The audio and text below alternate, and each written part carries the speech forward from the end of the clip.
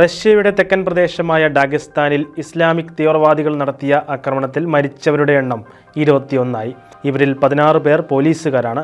46 പേർക്ക് പരിക്കേറ്റതായും ഡാഗസ്താനിലെ മെഡിക്കൽ അധികൃതർ അറിയിച്ചു.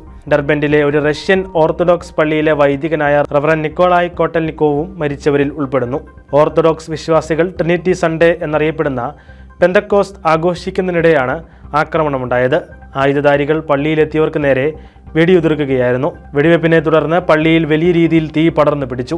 ദേവാലയത്തിൽ നിന്നും വലിയ രീതിയിൽ പുക ഉയരുന്നതിന്റെ ദൃശ്യങ്ങളും പുറത്തു വന്നിരുന്നു. വടക്കൻ കോക്കസിലെ മുസ്ലിംകൾ കൂടുതലായി താമസിക്കുന്ന ഡർബൻഡ്, മക്ചകല നഗരങ്ങളിൽ ക്രിസ്ത്യൻ, ജൂത ആരാധനാലയങ്ങൾ ആക്രമിക്കുകയും പോലീസിന് നേരെ വെടിയുതിർക്കുകയും ചെയ്ത പ്രസ്തുത സംഭവം റഷ്യയിൽ നടന്ന ഏറ്റവും മാരകമായ ആക്രമണങ്ങളിലൊന്നായാണ് വിശേഷിപ്പിക്കപ്പെടുന്നത്.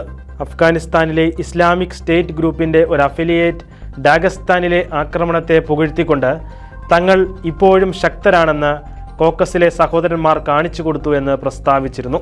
2000ങ്ങളുടെ തുടക്കം മുതൽ പോലീസിനും മറ്റ് അധികാരികൾക്കും നേരെ ദിവസേന എന്ന വണ്ണം തീവ്രവാദി ആക്രമണങ്ങൾ ഡാഗസ്താനിൽ റിപ്പോർട്ട് ചെയ്യുന്നുണ്ട്. ഇസ്ലാമിക് സ്റ്റേറ്റ് ഗ്രൂപ്പിന്റെ ആവിർഭാവത്തിന് ശേഷം പ്രദേശത്തെ നിരവധി പേർ സിറിയയിലും ഇറാഖിലും പോയി തീവ്രവാദ ഗ്രൂപ്പുകളിൽ ചേർന്നിട്ടുമുണ്ട്.